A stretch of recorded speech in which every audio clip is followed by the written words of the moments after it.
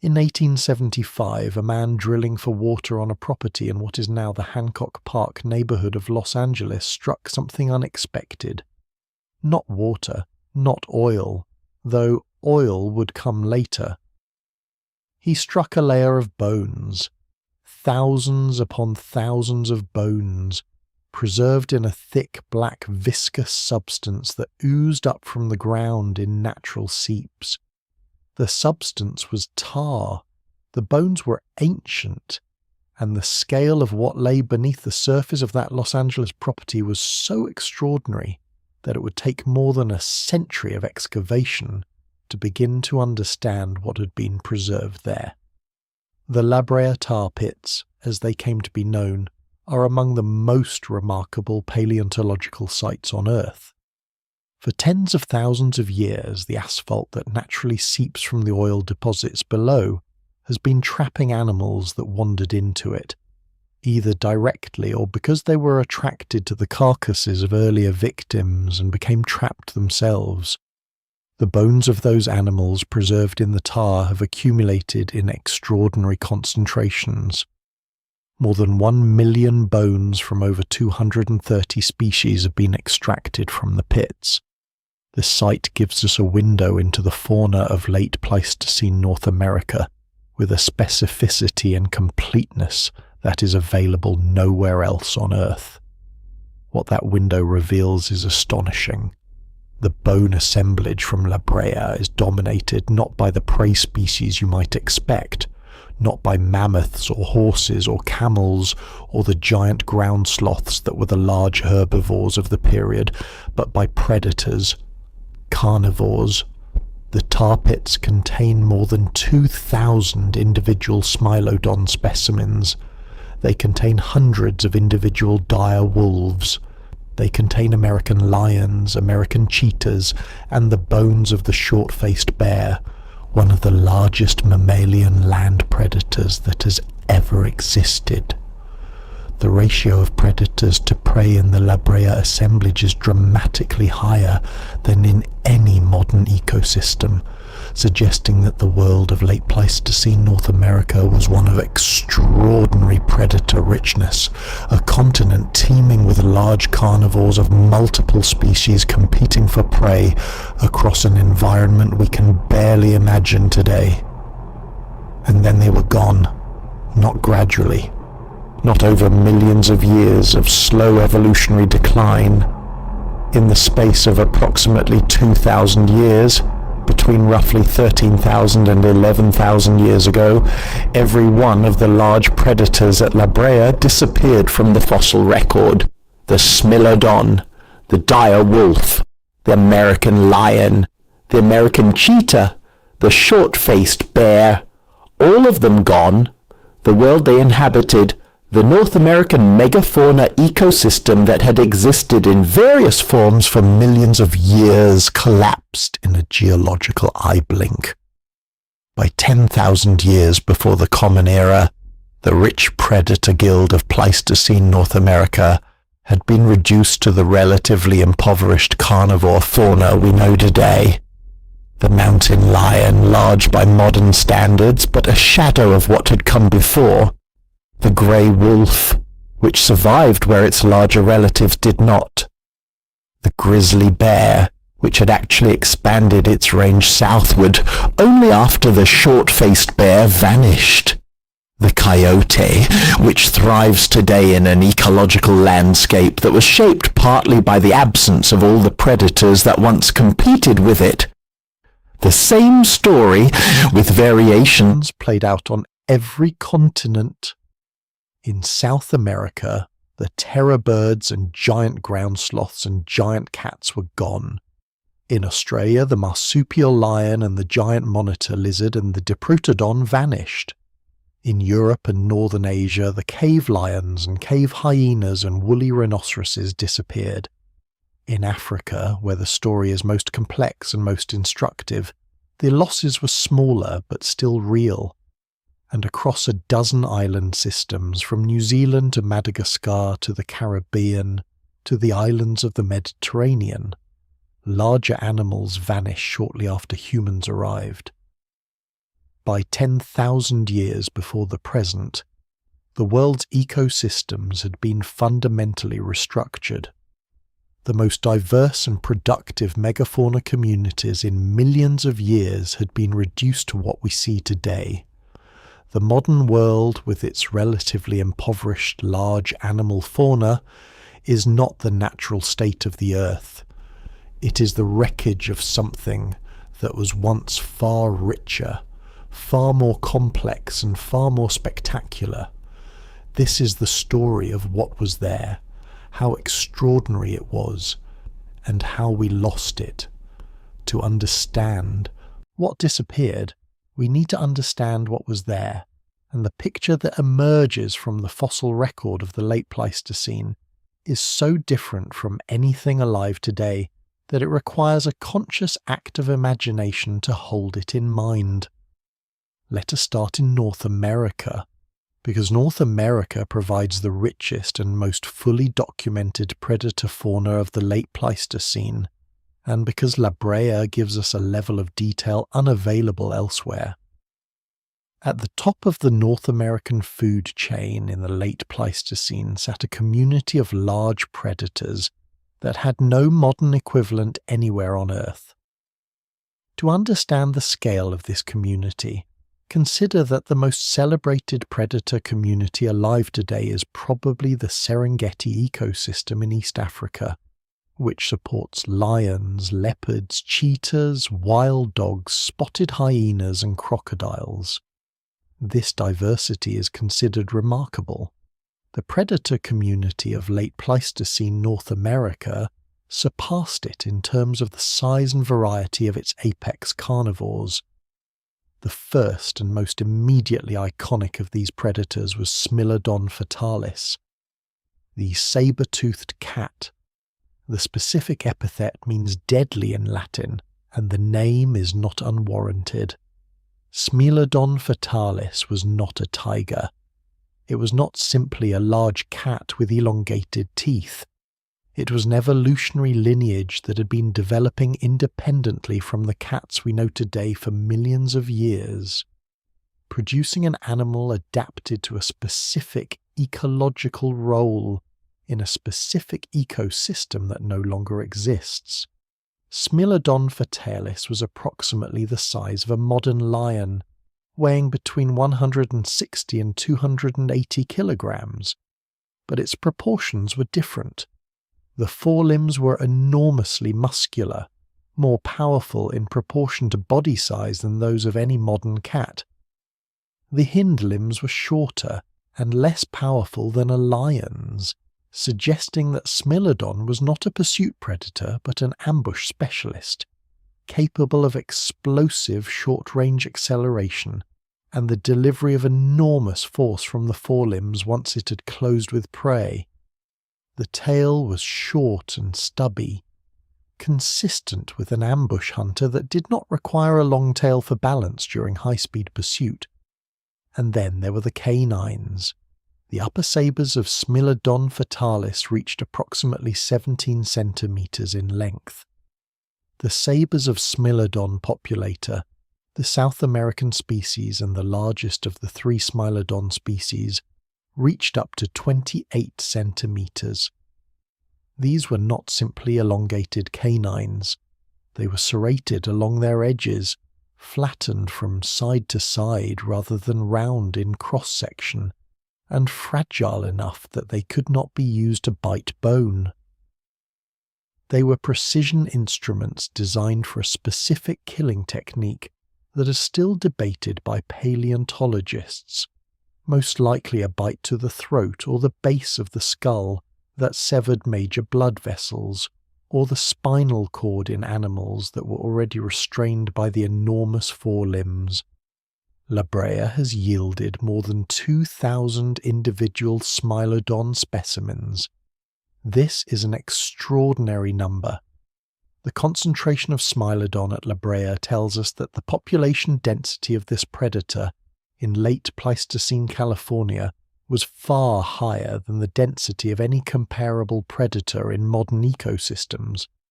Smilodon was not a rarity. It was abundant. It was a common sight in the landscape of Ice Age North America. But Smilodon was not alone at the top of the food chain. Sharing its territory was Panthera atrox, the American lion. This was not a separate genus from the modern lion. It was a Panthera species closely related to the African lion, probably descended from a population that crossed the Bering Land Bridge and then evolved in isolation in the Americas. Genetic studies have produced varying interpretations, but the current evidence suggests it was most closely related to the modern lion and possibly the cave lion of Eurasia. What made Panthera atrox exceptional was its size. It was approximately 25% larger than the modern African lion, making it one of the largest felids ever to exist. A large male Panthera atrox may have weighed 350 kilograms or more. It was longer and taller than a modern lion, with proportionally long legs suggesting it may have been more of a pursuit predator than Smilodon. It shared the North American landscape with Smilodon apparently by occupying a somewhat different ecological niche, though the details of how these two enormous predators coexisted remain uncertain. And then there was the dire wolf, Enochion-dirus. Recently reclassified from Canis dirus following genetic analysis that showed it was more distantly related to modern wolves and dogs than previously believed. The dire wolf was not simply a larger grey wolf. It was a separate lineage that has been evolving in North America for at least 350,000 years. At approximately 68 kilograms, the dire wolf was heavier than the modern grey wolf and had a proportionally larger skull with a different dentition, including broader premolars suited for crushing bone. It was almost certainly a pack hunter, and the thousands of dire wolf specimens at Brea, exceeded in number only by Smilodon, tell us that pack sizes and population densities were high. Joining these three major carnivores in the North American Predator Guild were several others. Arctodus simus, the giant short-faced bear, was probably the largest terrestrial mammalian predator ever to exist in North America. Estimates of its size vary, but large individuals may have weighed 800 kilograms or more. It stood approximately 1.5 meters at the shoulder and walked on long, straight legs that, unlike the legs of modern bears, were more suited to rapid locomotion over open terrain. The debate over whether Arctodus was primarily a carnivore or primarily a scavenger has been ongoing for decades.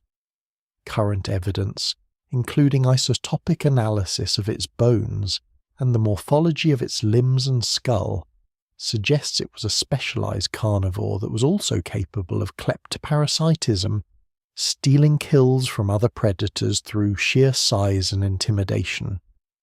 It had strong jaws and large teeth, but the teeth were not as specialized for crushing bone as those of a typical omnivore bear. It appears to have been a hypercarnivore. Homotherium serum, the American scimitar-toothed cat, was present alongside Smilodon but was a different kind of predator. Its teeth were shorter and more curved than Smilodon's sabers, its legs were longer and more suited for pursuit, and isotopic evidence from its teeth suggests it specialized on young proboscideans, young mammoths and mastodons.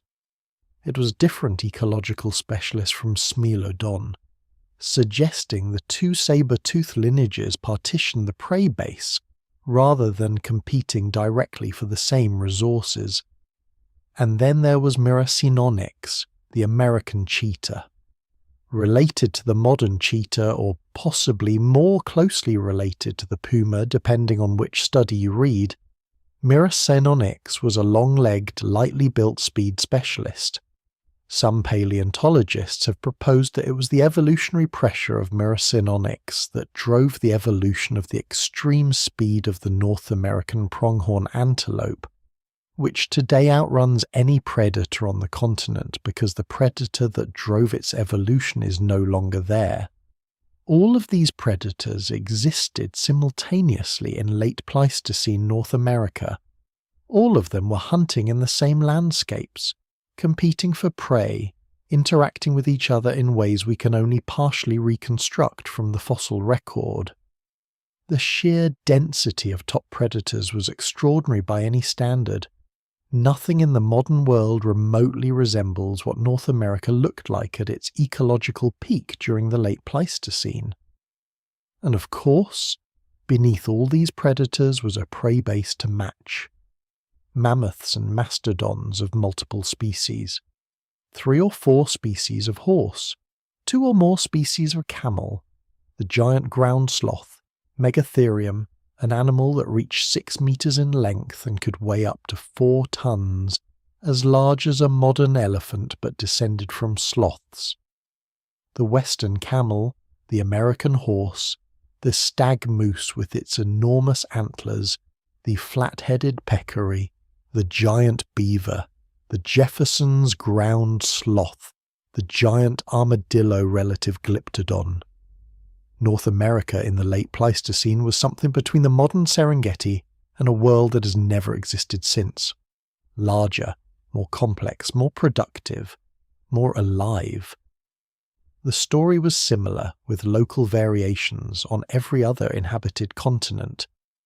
In South America, the fauna that had developed in isolation during the long period when the 2 American continents were separated had produced its own extraordinary large predators. Smilodon populator, the largest of the saber-toothed cats at potentially 400 kilograms, was there. So were Arctotherium, Angustidens, the largest bear species ever recorded, possibly reaching up to a ton in body weight and occupying a role analogous to Arctidus in the north, and the terror birds, the Phorus racids, enormous flightless predatory birds reaching 3 meters in height, that had been the apex predators of South America for tens of millions of years before the great American biotic interchange connected the 2 continents and brought North American placental mammals south.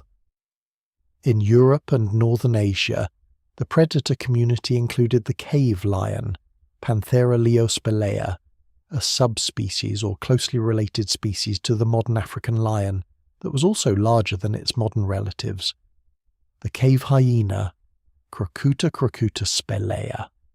The spotted hyena of Ice Age Europe hunted in packs across the grasslands and tundra. The cave bear, Ursus spelaeus, was not primarily a predator, but was among the largest land mammals of Pleistocene Europe, and interacted extensively with both the predators and with early humans.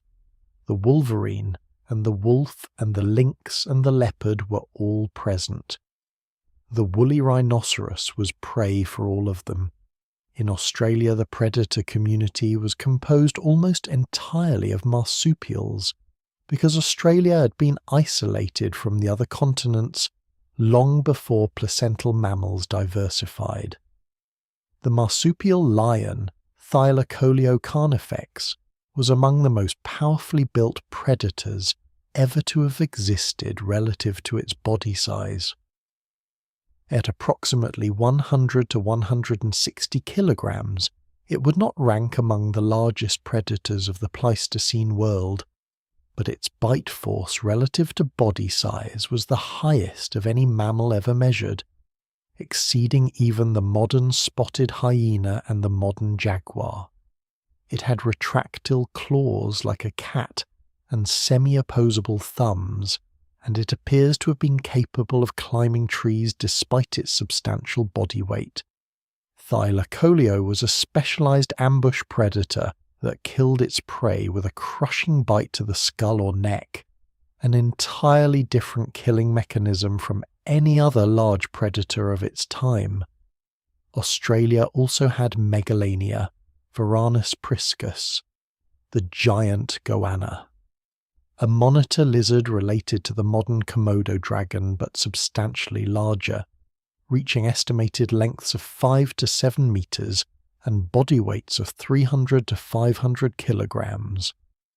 Megalania was not warm-blooded, which means it had substantially lower energy requirements than its mammalian contemporaries, but it was capable of taking large prey and was armed with venomous saliva similar to its modern relatives. And then there were the eagles.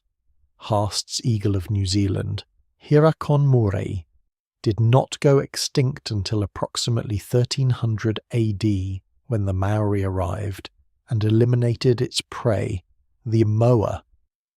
But as an apex predator of its ecosystem, it belongs in this story. With a wingspan of up to 3 meters and a body weight of up to 15 kilograms, Haast's eagle was the largest eagle ever to exist. It hunted the enormous flightless moa, which could reach 250 kilograms and is thought to have attacked by diving at high speed and driving its enormous talons, which were comparable in size to a modern tiger's claws, into the prey's pelvis and skull simultaneously. This was the world. This was what existed before 10,000 years before the Common Era. A planet of enormous, diverse, ecologically rich megafauna communities, with multiple large predators competing for prey on every continent, maintaining ecosystems of extraordinary complexity and productivity through their constant pressure on the herbivore populations they hunted. And then it ended. If you are settling in for the night, this is a good moment to get comfortable. This channel exists for exactly these kinds of stories. Subscribe and leave a like if you have not already done so. And leave a comment telling me where in the world you are and what time it is. I read every single one. Now let us go into the most important and most debated question in this story. The extinctions did not happen everywhere at once. They happened in a sequence.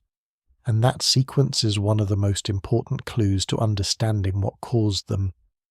The oldest major megafauna extinction event of the late Pleistocene occurred in Australia. Approximately 46,000 years ago, the great majority of Australia's large animals disappeared. Thylacoleo carnifex was gone.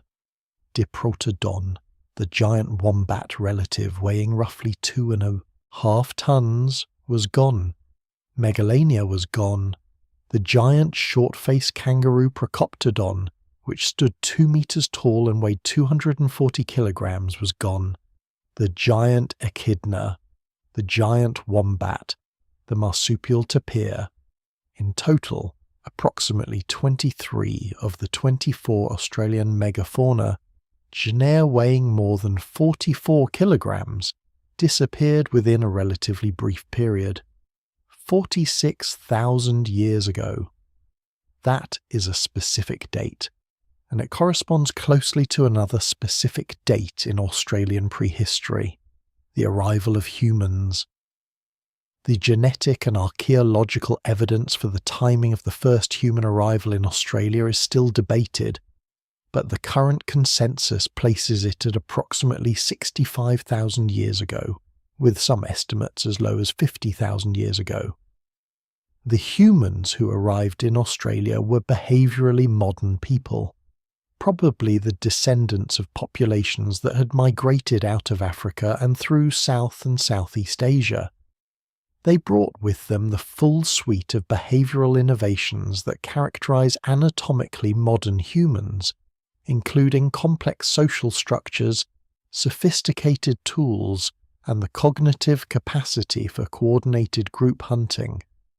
The 46,000-year date for Australian megafauna extinction corresponds to a period when the human population in Australia would have grown and spread to cover the continent after the initial colonisation from the north. The correspondence between human spread and megafauna extinction is not perfect, but it is close enough to be highly suggestive. In Eurasia, the extinctions were more gradual and spread over a longer period. Woolly mammoths survived on the Russian mainland until approximately 4,000 years ago, when only an island population remained on Wrangel Island. Cave bears were already extinct by approximately 24,000 years ago. Cave lions and woolly rhinoceroses lasted until approximately 12 to 14,000 years ago. The Eurasian extinctions were real, but they were less complete than in Australia or the Americas, and they played out over a longer time frame. Why was Eurasia different? Probably because the relationship between humans and large animals in Eurasia had been building for a much longer time. Anatomically modern humans had been present in Eurasia for at least 45,000 years. An archaic human species including Neanderthals and Homo heidelbergensis had been hunting large game in Eurasia for hundreds of thousands of years before modern humans arrived. The megafauna of Eurasia had been evolving alongside human hunters for a much longer period, and had developed, over that long coevolutionary history, some behavioural adaptations to human predation pressure. Fear of humans, learned avoidance behaviours, flight responses. They were not perfectly adapted to surviving human hunting, as the extinctions demonstrate, but they were substantially less naive than the prey animals of Australia or the Americas. North America tells the most dramatic version of the story. The Clovis people, the first anatomically modern humans to occupy North America, appear in the archaeological record at approximately 13,300 years ago. Their distinctive fluted projectile points, known as Clovis points, are found at dozens of sites across the continent, and at several of these sites they are found in direct association with the bones of mammoths and other megafauna in contexts that indicate hunting kills.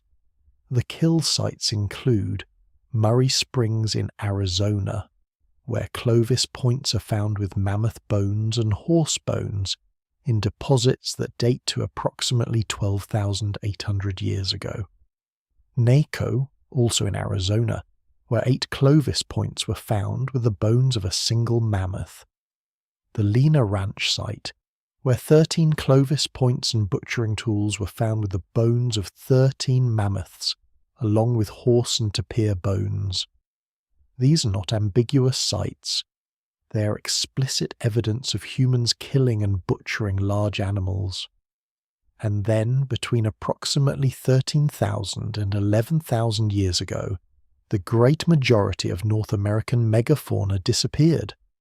34 genera of large animals went extinct in North America during this period. Mammoths, mastodons, horses, camels, ground sloths, tapirs, and all the predators that depended on them, the smilodon, the dire wolf, the American lion, the short-faced bear, the American cheetah, all of them gone. The timing is striking. Humans arrived, the megafauna disappeared. The correspondence is close enough that many researchers regard it as not coincidental. South America shows the same pattern with a slight time lag, consistent with humans moving from North America southward through the continent. The South American megafauna extinctions occurred slightly later than the North American ones, which is exactly what would be expected if a wave of human hunters had moved southward from North America, reaching different parts of South America at different times. The islands show the pattern most clearly of all. Wherever humans arrived on previously uninhabited islands, megafauna extinctions followed with clockwork consistency. Madagascar, which had been isolated and free of human occupation for its entire existence, retained its extraordinary fauna of giant lemurs, giant tortoises, and the elephant bird, a relative of the ostrich that weighed up to 730 kilograms and was the largest bird to have ever existed until approximately 2,000 years ago. Then humans arrived. Within a few centuries, the elephant bird was gone. The giant lemurs were gone. The giant tortoises were largely gone. New Zealand had its moa and its Haast's eagle until approximately 1300 to 1400 AD, when the Polynesians arrived. Within 200 years, all 11 species of moa were extinct, and Haast's eagle, with its prey base eliminated, followed. The Caribbean islands retained giant ground sloths until approximately 4,500 years ago, when humans first arrived. The island evidence is particularly powerful because it eliminates climate change as a factor. The climate of Madagascar did not change dramatically when humans arrived. The climate of New Zealand did not change dramatically when the Polynesians arrived. The Caribbean islands did not undergo unusual climate change when humans colonized them. In each case, the specific and coincident event was human arrival. The extinctions followed. This pattern, repeated across dozens of islands and across 4 continents, is the core of the overkill hypothesis. Proposed in its modern form by the American geoscientist Paul Martin in 1966, the overkill hypothesis proposes that human hunters were the primary cause of Pleistocene megafauna extinctions worldwide. The mechanism is the naive prey hypothesis. Animals that had evolved in the absence of human hunters had no behavioral adaptations for avoiding them. When confronted with human hunters for the first time, they did not flee, they did not learn avoidance, they did not develop the wariness of humans that characterizes large mammals in Africa today, because there had been no time for such adaptations to evolve. They were killed at rates their populations could not sustain, and because large animals reproduce slowly, with long gestational periods and small litter sizes and many years between reproductive events, even modest hunting pressure can drive a population to extinction faster than it can recover. The mathematical modelling of this process, conducted by multiple researchers using different approaches, consistently shows that human hunting at plausible rates applied to prey populations with realistic reproductive rates is sufficient to drive even large and initially abundant megafauna populations to extinction within hundreds to a few thousand years. The timescales of the actual extinctions are consistent with this modelling, but the overkill hypothesis is not the only explanation on the table, and the scientific debate over the relative contributions of human hunting and climate change to the Pleistocene megafauna extinctions is one of the most productive and still active debates in quaternary science. The climate change hypothesis points to the fact that the terminal Pleistocene extinctions occurred during a period of profound environmental change. The transition from the last glacial maximum to the current interglacial was not a smooth warming. It included the dramatic climate oscillations of the Dansgaard-Oeschger cycle we've explored in another video on this channel, including the Younger Dryas cold event approximately 12,900 to 11,700 years ago. These climate changes reorganize vegetation zones dramatically. The vast grasslands and steppe tundra of the Mammoth Steppe, which had supported enormous densities of large herbivores across Eurasia and North America for hundreds of thousands of years, gave way to forests and tundra as the climate changed. Habitats shrank. Prey populations fragmented. The case for climate as a significant factor rests on several points. First, the terminal Pleistocene was not the only time in Earth's history that large climate changes occurred. Multiple previous glacial-interglacial transitions happened without causing comparable megafauna extinctions. The large mammals of the Pleistocene had survived multiple cycles of climate change before. Why would the most recent one have been uniquely fatal? Proponents of the climate hypothesis have responses to this objection. They point to evidence that the most recent transition was in some respects more rapid or more extreme than previous ones, and that by the late Pleistocene some megafauna populations may have already been stressed by long-term habitat changes. But the response has always been that humans are an additional factor that was not present during previous interglacial transitions, which goes a long way toward explaining why this particular transition was different from its predecessors. Second, the climate change hypothesis is supported by evidence that some megafauna populations did decline or shift their ranges in response to climate before the period of intense human hunting pressure. Woolly mammoths show evidence of population fragmentation in Siberia that precedes the major extinction pulse. Some researchers argue that mammoth populations were already reduced and geographically restricted by climate-driven vegetation changes by the time intensive human hunting began, and that the hunting delivered the final blow to populations that were already below sustainable levels. Third, the geographic pattern of extinctions does not perfectly match the pattern predicted by pure overkill. Africa, which had the longest history of human occupation and therefore the most opportunity for extensive hunting, lost the fewest megafauna species. This seems counterintuitive if human hunting is the primary driver. The response from overkill proponents is that African megafauna had co-evolved with human hunters for millions of years, and therefore had adapted behavioral responses to human predation, while megafauna on other continents encountered humans for the first time and had no such adaptations. This explanation is compelling, but requires assumptions about evolutionary timescales that are not directly testable.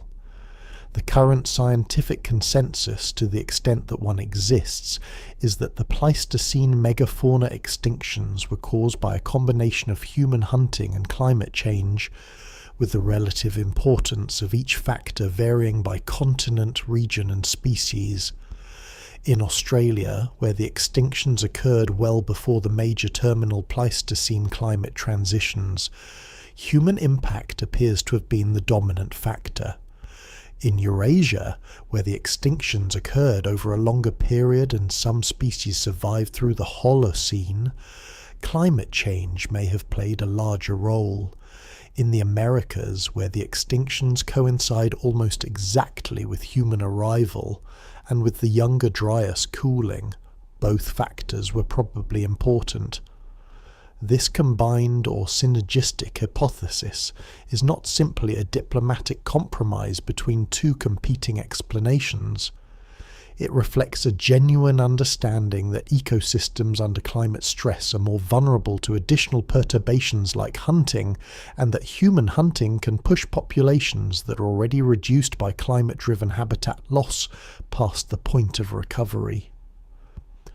The two factors interact. A mammoth population that has been geographically restricted and fragmented by vegetation change is more vulnerable to the additional mortality of human hunting than a large panmictic population in a stable environment. Whatever the precise combination of causes, the outcome was the same. The large predators were gone, and their disappearance created a cascade of consequences that reshaped the ecosystems of every continent. Before we go to the human dimension of this story, let us pause for the second call to action. If you've been listening and learning, please subscribe and leave a like, and leave a comment telling me where in the world you are. I always read them. Now let us continue. To understand what the loss of large predators meant for the ecosystems of every continent, we need to understand a concept that ecologists call the trophic cascade. It is one of the most important and most counterintuitive ideas in ecology, and it tells us that predators are not merely consumers in an ecosystem, they are engineers. The classic modern example of a trophic cascade is what happened when wolves were reintroduced to Yellowstone National Park in 1995. Before the reintroduction, Yellowstone's elk herds had been growing largely unchecked by predation for decades. The elk had overgrazed the riverine vegetation, particularly the willows and aspens along the banks of streams and rivers. Without willows and aspens, the streams changed. Without the vegetation holding the banks, erosion increased. Stream channels widened and shallowed. The beaver population collapsed because they had no willows to eat, and the collapse of the beaver population removed the dams that maintained deep pools and maintained water levels in summer. These streams became impoverished. When the wolves returned, they began hunting elk. But the ecological effect was not simply to reduce elk numbers. The wolves changed elk behavior. The elk, now aware of predators, avoided spending time in the open river valleys where they were most vulnerable to wolf attack. The willows and aspens in those valleys recovered. The streams changed. Beaver returned. The dams were rebuilt. Fish populations recovered. Bird populations changed. The physical landscape of Yellowstone was altered by the reintroduction of 16 wolves. This is a trophic cascade. The predator does not simply eat the prey. The predator creates an ecology of fear in the prey, which changes the behavior of the prey, which changes the landscape. Large predators are not passengers in ecosystems. They are drivers. Now imagine the extinction of every large predator on a continent simultaneously. The ecological consequences of the terminal Pleistocene megafauna extinctions were profound, far-reaching, and still visible in the ecosystems we see today. The most direct consequence was the release of herbivore populations from predation pressure. Without Smilodon and the dire wolf and the American lion-hunting horses and camels and tapirs, those herbivore populations initially expanded. But the expansion could not be sustained indefinitely because the expanded herbivore populations degraded their own food supply. Eventually, the prey populations crashed, not because the predators returned, but because they had eaten themselves out of habitat. The loss of the mega-herbivores themselves, particularly the mammoths and mastodons, had its own profound effects on vegetation. Mammoths were ecosystem engineers. They knocked down trees, creating open grassland habitat. They broke ice to allow other species to access water. They compacted snow, changing the insulating properties of the tundra snowpack and affecting soil temperatures. The grasslands and steppe ecosystems that had covered vast areas of Eurasia and North America during the Pleistocene were partly maintained by the feeding and trampling behavior of mammoth herds. When the mammoths disappeared, those ecosystems changed. Forests expanded, grasslands shrank. The paleontological record of dung fungal spores tells part of this story. Certain species of fungi grow specifically in the dung of large herbivores. When large herbivores were abundant, these spores were abundant in the pollen record. When the megafauna declined, the spore record shows a corresponding decline. The spore record from North American lake sediments shows a dramatic decline in these specific fungal spores at approximately the same time as the megafauna extinctions, confirming that the loss of large herbivores fundamentally changed the biological activity of the landscape. The extinction of large predators also changed fire regimes. Large herbivores, by grazing and browsing, reduced the fuel load available for wildfires. With the herbivores reduced, and then the grassland and steppe ecosystems contracting, the fire ecology of the affected landscapes changed. Evidence from the Australian sediment record shows changes in charcoal abundance that correspond to the timing of the megafauna extinctions, consistent with changes in fire regime following the loss of the large grazing animals. And there were subtler effects still. The loss of large predators released competitive pressure on smaller carnivores.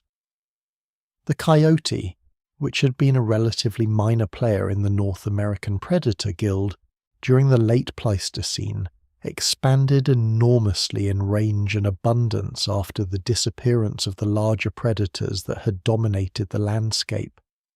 The modern abundance and geographic range of the coyote is partly a consequence of the extinction of its larger competitors.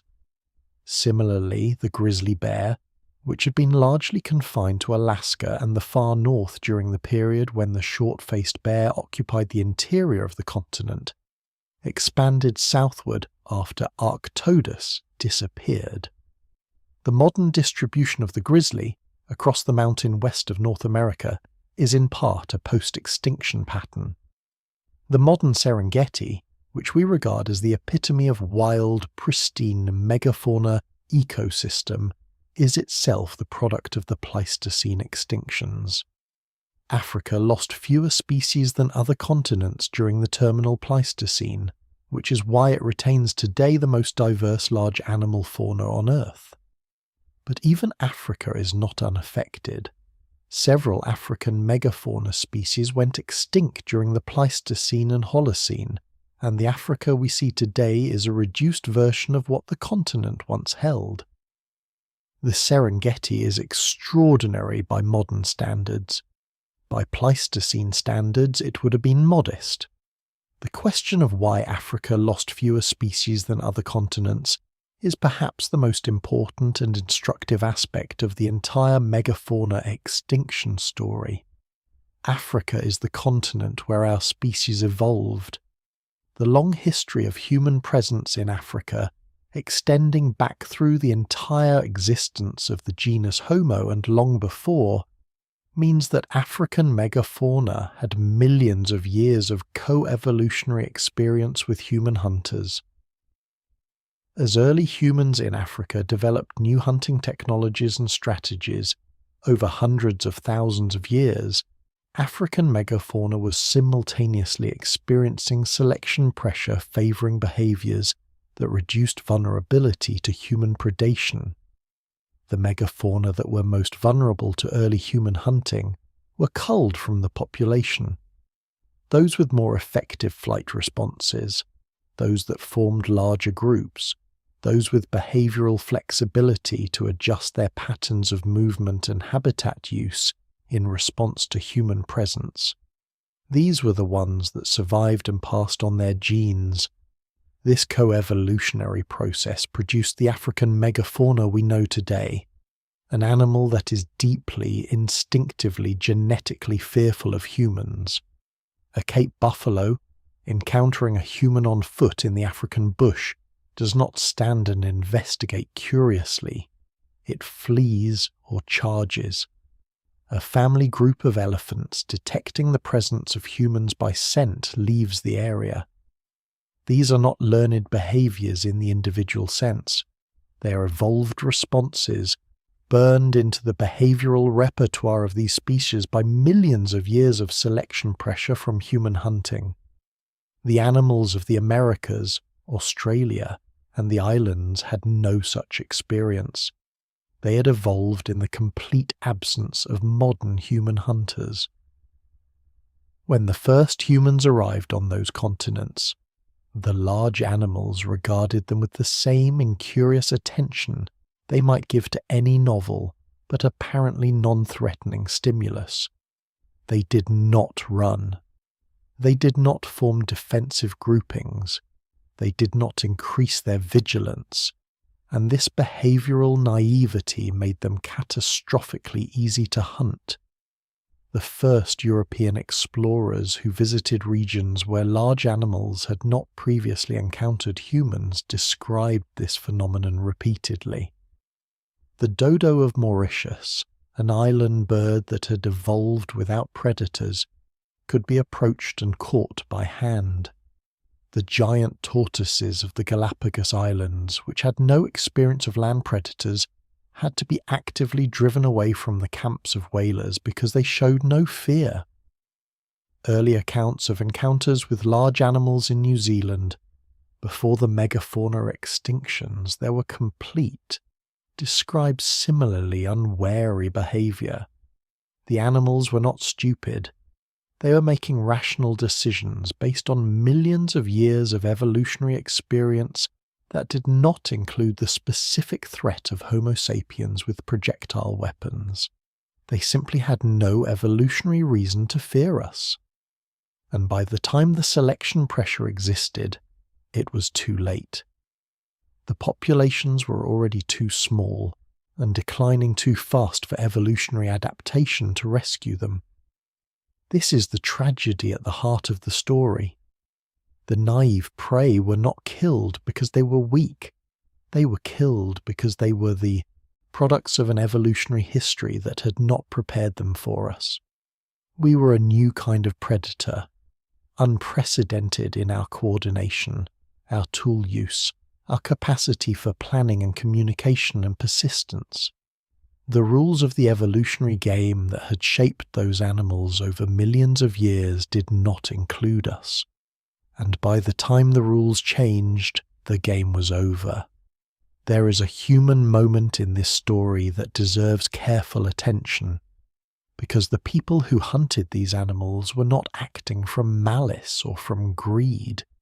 They were doing what humans have always done. They were feeding themselves and their families. They were using the tools and knowledge available to them to survive in a challenging environment. Imagine the first Clovis hunter who saw a Columbian mammoth in the grasslands of what is now Texas. The mammoth was perhaps 5.5 meters tall at the shoulder and weighed 6 or 7 tons. It was the largest land animal on the continent. It had been there in various evolutionary forms for millions of years. It had survived ice ages.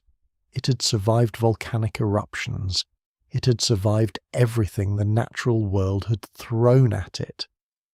And it did not run from the small group of humans approaching it across the grassland, because it had no reason to. Nothing it had ever encountered had required it to fear this kind of creature. Its threat assessment systems, honed over millions of years of evolution, told it that a group of small bipedal creatures with pointed sticks was not something to be concerned about. The Clovis hunters would have known what they were doing. They had inherited knowledge from generations of hunters in other landscapes, knowledge of animal behavior and movement patterns and vulnerable anatomical targets. They knew where to strike for maximum effect. They knew how to approach without triggering flight. And the mammoth's own behavioral naivety worked against it at every step. The kill, when it came, would have been a cooperative effort. Multiple hunters throwing spears from multiple directions, targeting the soft tissue of the abdomen and the organs behind the front leg. The mammoth, once it understood the threat, would have been capable of enormous defensive behaviour, but the hunters were mobile and coordinated in ways no natural predator it had encountered could match. And once the mammoth was down or even weakened to the point of vulnerability, it was lost. The hunters did not know they were participating in the extinction of a species. Extinction is a concept that requires a kind of long-term, population-level thinking that would not have been available to individual hunters living in a present-oriented survival context. They saw abundant prey, they hunted it, they fed their families, they moved on to the next mammoth or the next valley. The mammoth population could not recover fast enough. A mammoth reaches sexual maturity at approximately 14 years of age. Gestation lasts 22 months. A female produces 1 calf at a time, typically with intervals of several years between births. Even a very small amount of additional annual mortality mortality that a healthy, abundant population could easily absorb, can push a slow reproducing species into decline and eventually extinction if it persists over centuries.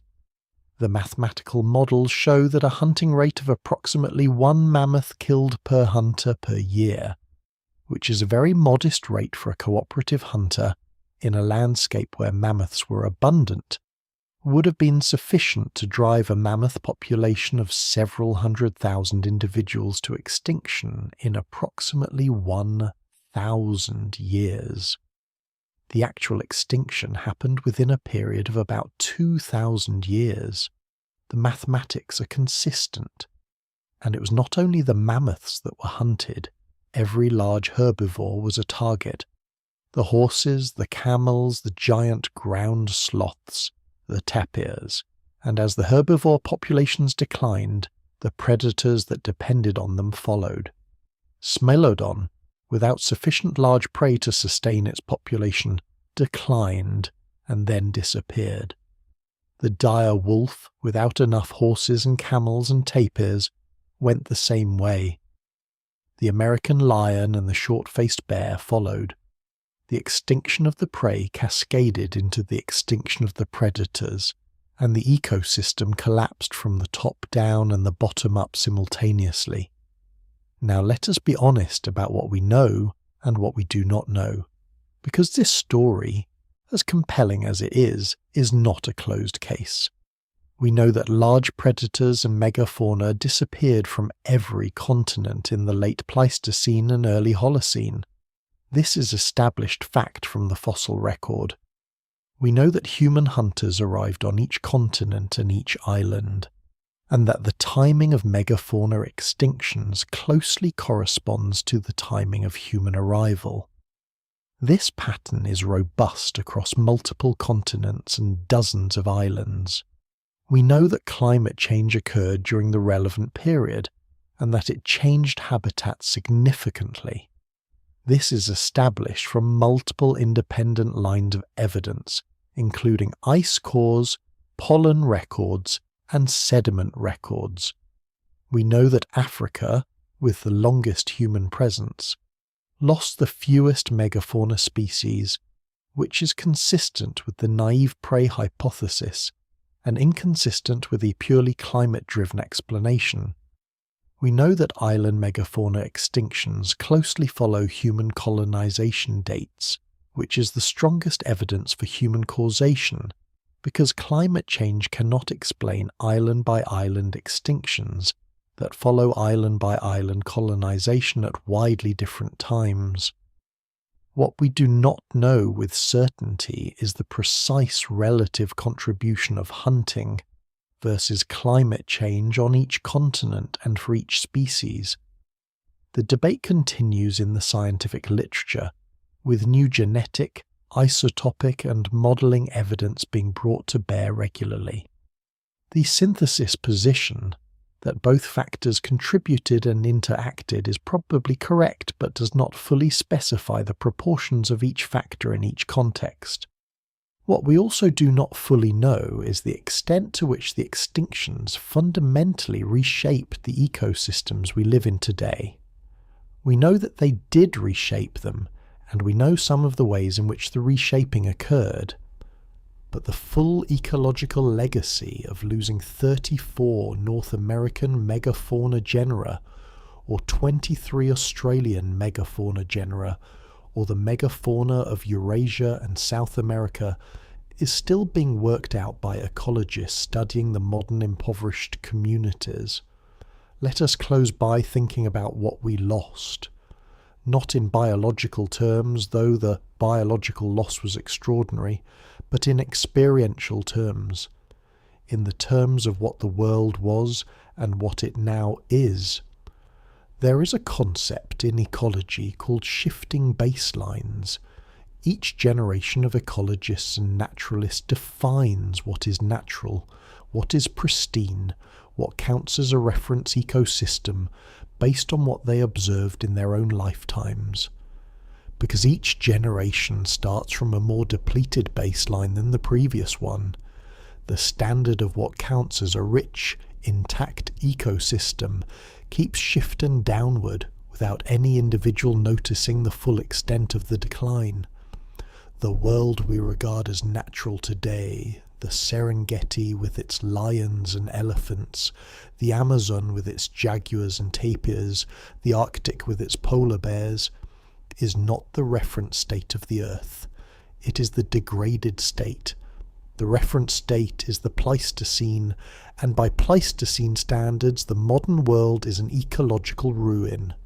The American West, which we regard as wild and spectacular with its mountain lions and coyotes and pronghorn and bison, once had Smilodon and the American lion and the short-faced bear and the dire wolf and the American cheetah, all hunting horses and camels and giant ground sloths and mammoths across landscapes of extraordinary productivity. What we see in Yellowstone today, which we celebrate as among the most pristine wilderness remaining in the temperate world, is a shadow of what was there 12,000 years ago. Horses, which Europeans brought to North America in the 16th century, and which naturalized into the wild Mustang populations of the American West, are commonly regarded as invasive species, as foreign introductions that do not belong. But this is ecological illiteracy. Horses evolved in North America. They were present in North America for millions of years. They disappeared from North America approximately 10,000 years ago, along with all the other megafauna, and when Europeans reintroduced them, they were returning to their ancestral homeland. The Mustang is not an invasive species. It is a native species in ecological exile who has come home. The fact that we do not recognize this is a consequence of our shifted baseline. Camels similarly are native to North America in a deep evolutionary sense. The camelid lineage evolved in North America and spread to Asia and South America from there. The dromedary and the Bactrian camel are the descendants of animals that originated on the continent that we now call North America.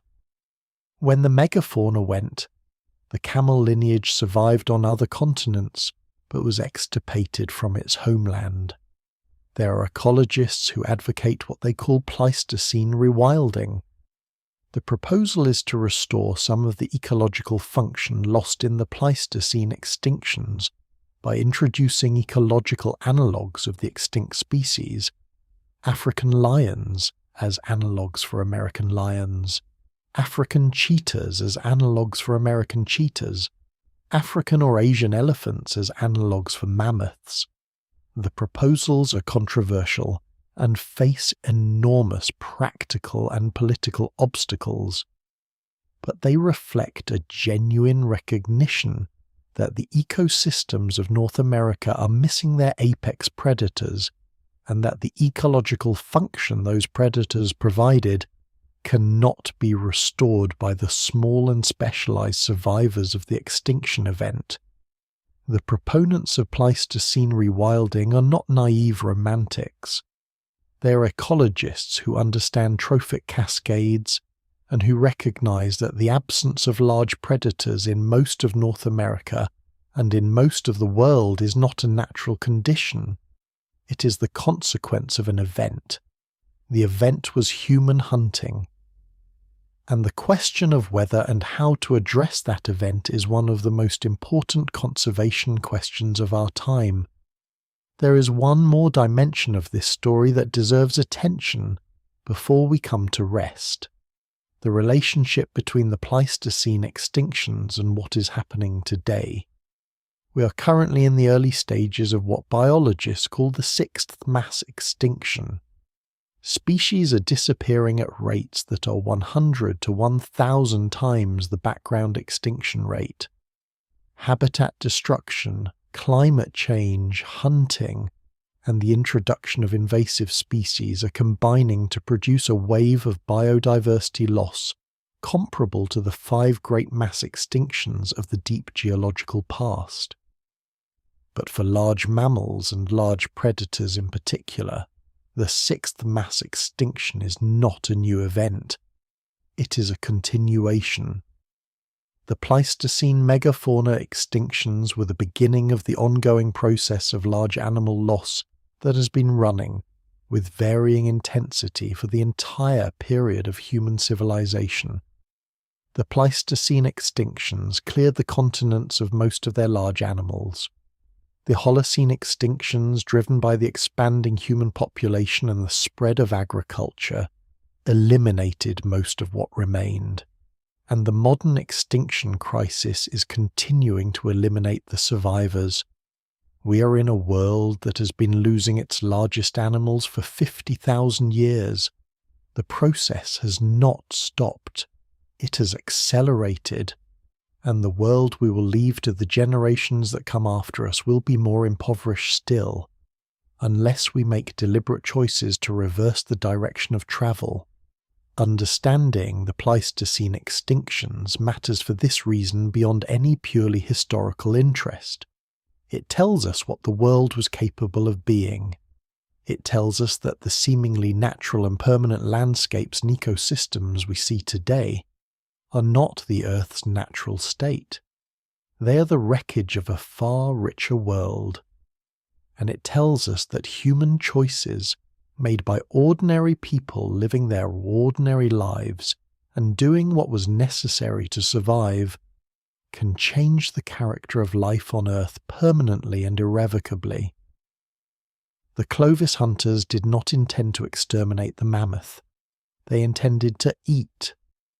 The consequences of their entirely rational and necessary choices changed the world in ways that persist to this day, 13,000 years later. Every ecosystem on Earth has been shaped by those choices and the choices of the people who came after. We're making choices now that will shape ecosystems for the next 13,000 years. We are the Clovis hunters of our own time, making choices with consequences we cannot fully anticipate, in a world that does not yet know how those choices will land. The difference is that we know about the Clovis hunters. We know what they did, even if they could not know. We have the fossil record and the isotopic evidence and the mathematical models and the island data and the African comparison. We know what happens when large animals lose their large predators. We know what a world without megafauna looks like. We are living in one. The question is whether that knowledge changes anything.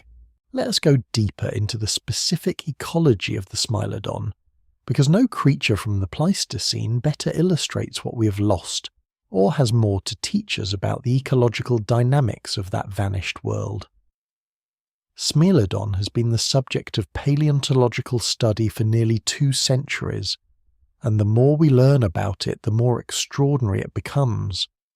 The stereotyped image of the saber-toothed cat as a clumsy, lumbering predator whose teeth were more trouble than they were worth has been thoroughly dismantled by modern research. Smilodon was a highly specialized and ecologically successful predator that dominated its niche in North and South America for approximately 2.5 million years. That is a longer successful tenure as an apex predator than the entire evolutionary history of the human lineage from the first Australopithecus to the present. The sabers were not a mistake. They were a finely tuned instrument for a specific ecological purpose. CT scanning of Smilodon skulls has revealed the intricate structure of the bone and the attachment points of the muscles that operated the jaws. The jaw opening was enormous, greater than 100 degrees compared to 65 or 70 degrees in modern big cats, which was necessary to clear the sabers when biting. But the closing force of the bite was somewhat less than in modern lions, consistent with the hypothesis that the sabers were not used for crushing or bone breaking but for a precise, targeted, killing bite to soft tissue. The most currently favoured hypothesis is what researchers call the canine shear bite, Smilodon would have used its enormous forelimbs to restrain prey that was already disabled or controlled in some way, and then delivered a precise bite to the throat or the ventral neck, slicing through the jugular vein and carotid artery with the serrated sabers. The killing would have been rapid and relatively bloodless compared to the suffocation kills of modern lions. The sabers were surgical instruments. The forelimbs tell a complementary story. CT scanning of the humerus of Smilodon reveals bone structures that indicate extraordinary muscular development, far beyond what would be needed for a pursuit predator. The muscles that attach to the humerus are estimated to have been roughly twice as developed as those of a modern lion of comparable body size. This gives us a picture of an animal that was enormously powerful at close range, capable of controlling prey animals much larger than itself with its forelimbs, while delivering the killing bite with precision. The isotopic analysis of Smilodon bones has been particularly revealing about diet. By analysing the ratios of nitrogen isotopes in bone collagen, researchers can estimate the dietary composition of an animal over the last several years of its life. The nitrogen isotope signature of Smilodon from multiple sites indicates a diet that included a broad range of large herbivores.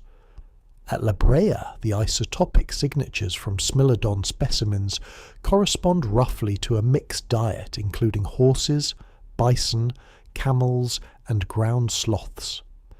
There is no evidence from isotopic analysis that Smilodon specialized heavily on any single prey species the way Homotherium appears to have specialized on proboscideans. This dietary flexibility may have been important for Smilodon's success over its long evolutionary tenure. A specialist is vulnerable to the decline of its specific prey. A generalist can shift dietary emphasis as prey abundances change, but flexibility has limits.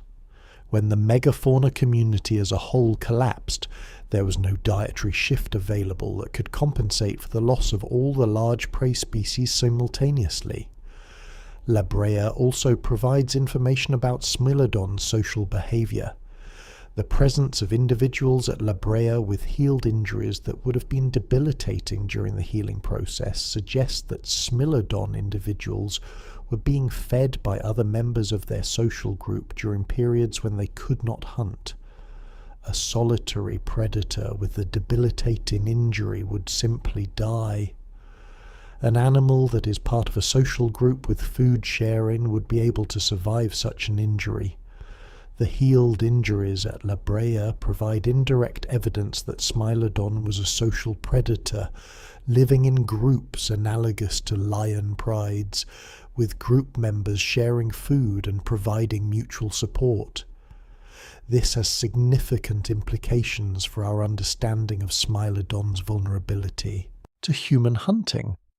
If Smilodon was social, as the evidence suggests, then the disruption of its social groups by the loss of prey and possibly direct human interference would have been particularly devastating. Social predators depend on group hunting for their success. As group sizes declined, hunting efficiency declined. As hunting efficiency declined, caloric intake declined. As caloric intake declined, reproductive success declined. As reproductive success declined, population declined further. The social nature of Smilodon may have made it more vulnerable to the cascade effects of the megafauna collapse than a solitary predator would have been. The last Smilodon died approximately 10,000 years ago in North America and slightly later in South America.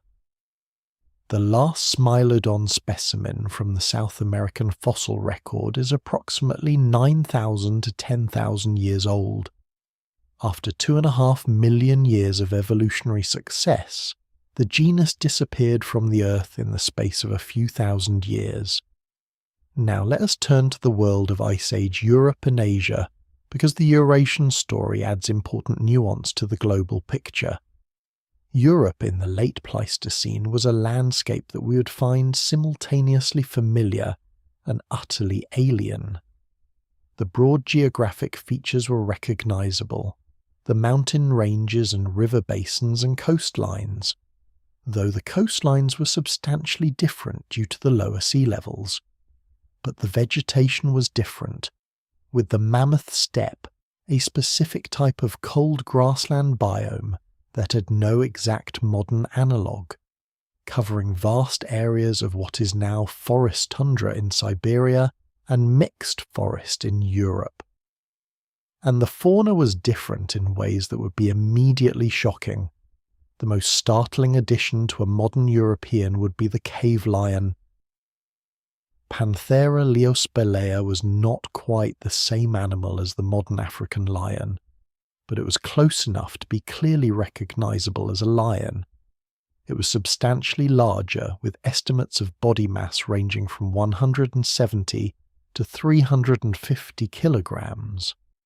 Its coat, based on Paleolithic cave art, appears to have been uniformly tawny without the distinctive dark mane of modern African male lions, though the art is stylized and may not be perfectly accurate. Cave lions appear in the cave art of France and Spain, rendered with extraordinary skill and detail by the artists who observed them. Cave lions were apex predators of Ice Age Europe. They appear to have lived in relatively open terrain and hunted large prey including reindeer, horses, and possibly young woolly rhinoceroses and woolly mammoths. The cave lion appears repeatedly in the most celebrated examples of Paleolithic art, from the Chauvet cave paintings in France, which are approximately 37,000 years old, to Lascaux, to numerous other cave art sites across Europe. The frequency with which cave lions appear in Paleolithic art suggests they were a significant presence in the experience of the humans who made that art. The cave lion went extinct in Europe approximately 14,000 years ago, well before the end of the Pleistocene extinctions in the Americas and Australia. This earlier extinction in Europe may be related to the longer human presence in Europe, where hunting pressure had been building for tens of thousands of years as modern humans replaced Neanderthals. It may also be related to the specific climate changes affecting Europe during the last glacial maximum, which had reduced the range of the mammoth steppe and therefore the prey base for large carnivores. The Eurasian cave hyena was another formidable predator of Ice Age Europe. Crocuta spelea was essentially the same animal as the modern spotted hyena, or so closely related as to be effectively identical biologically. It was a highly successful predator and scavenger across Pleistocene Eurasia, operating across a far wider range than the modern spotted hyena is restricted to today. Cave hyena bone accumulations, which contain the processed remains of many prey species, have been found at dozens of sites across Europe, attesting to the abundance and productivity of these animals. The cave hyena competed directly with Neanderthals and later with modern humans for cave shelters, which both species used for similar reasons: warmth and protection from the elements.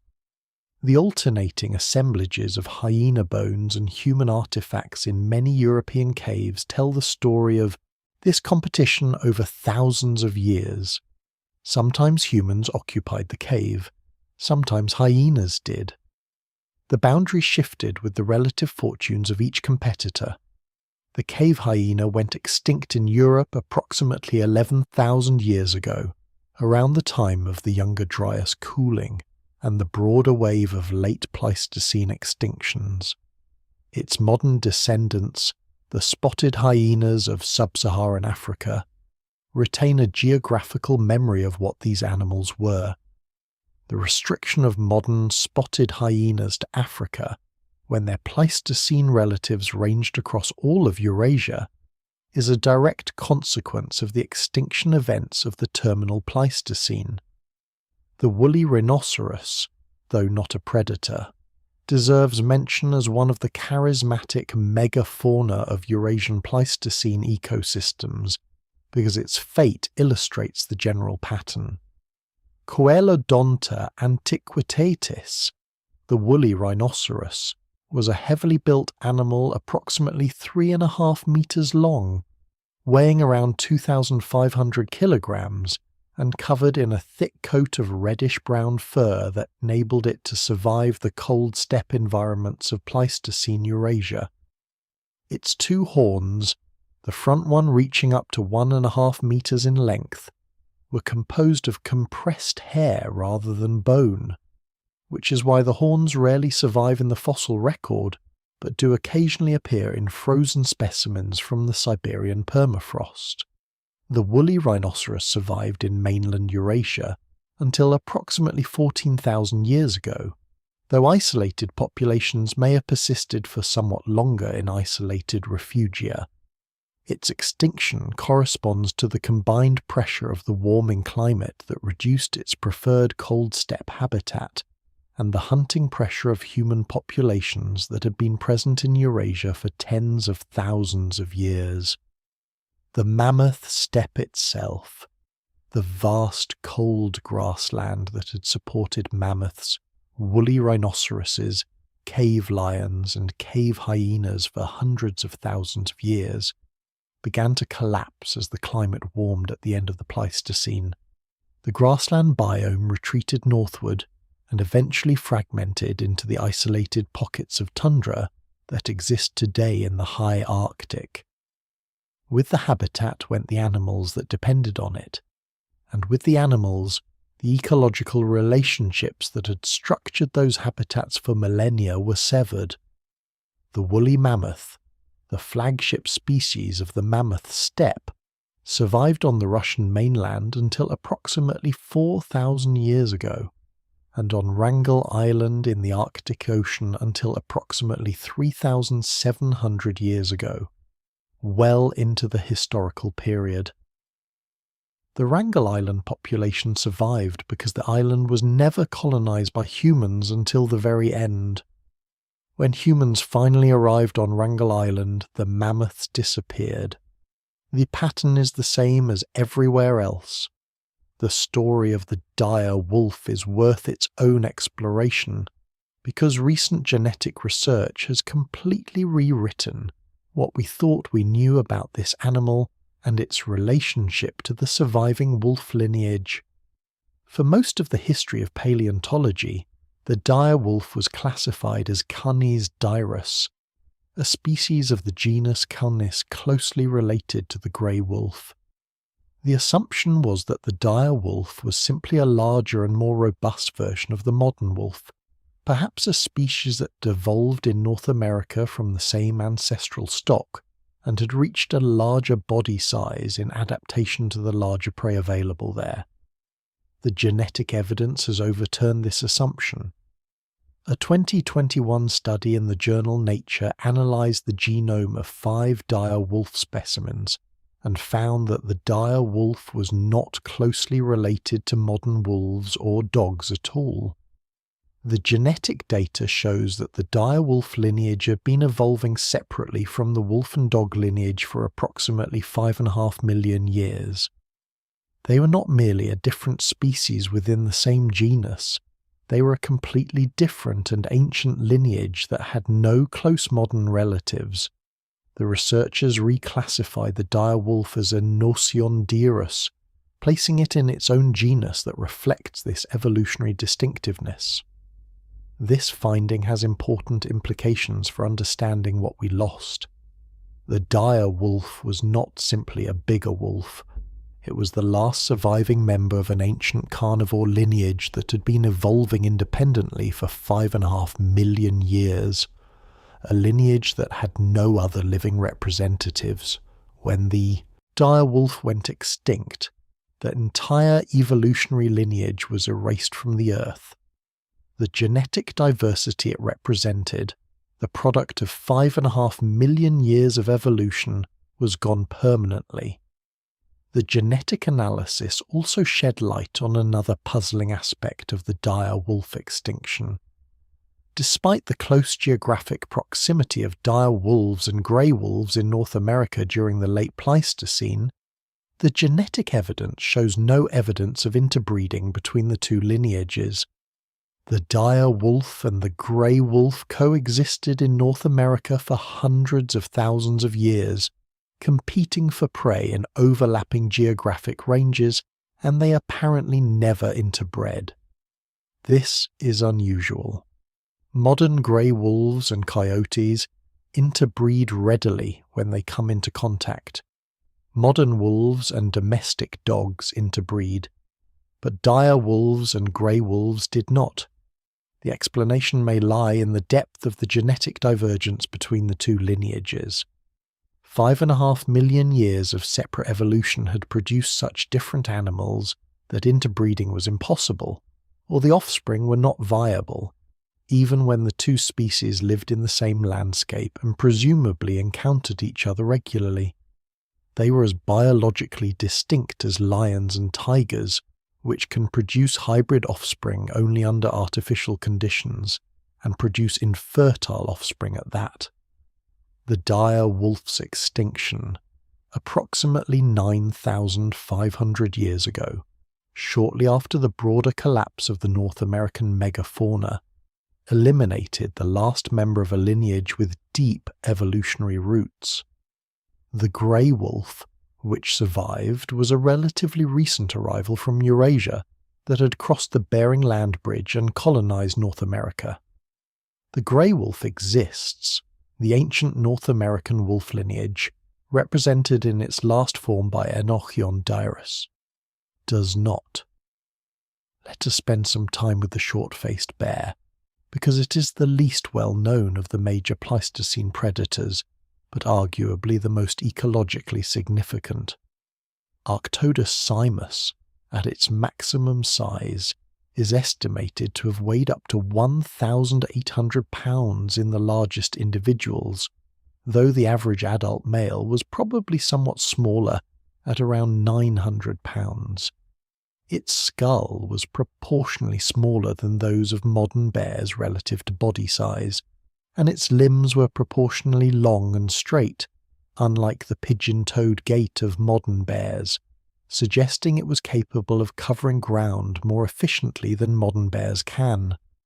The question of whether Arctodus was primarily a predator or primarily a scavenger has been debated extensively, and the current evidence supports a picture of a highly flexible carnivore that was capable of both active predation and kleptoparasitism.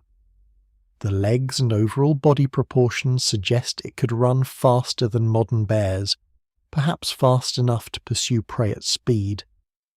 But the most significant ecological role it may have played was as a dominant competitor to all other large carnivores in the late Pleistocene landscape. Consider the ecological dynamic. A short-faced bear of 900 pounds could kill almost any other carnivore in North America with ease. It could take kills away from Smilodon prides and dire wolf packs and American lions through sheer size and intimidation. In a sense, Arctodus may have occupied a role similar to that of the brown hyena in modern Africa, a large, powerful species that uses its size and aggression to steal kills from other predators, rather than always making its own. But the effect of a kleptoparasite at that scale on the broader predator community is complex. A species that regularly steals kills from Smilodon and the American lion forces those predators to kill more frequently to sustain themselves, which puts more pressure on the prey base.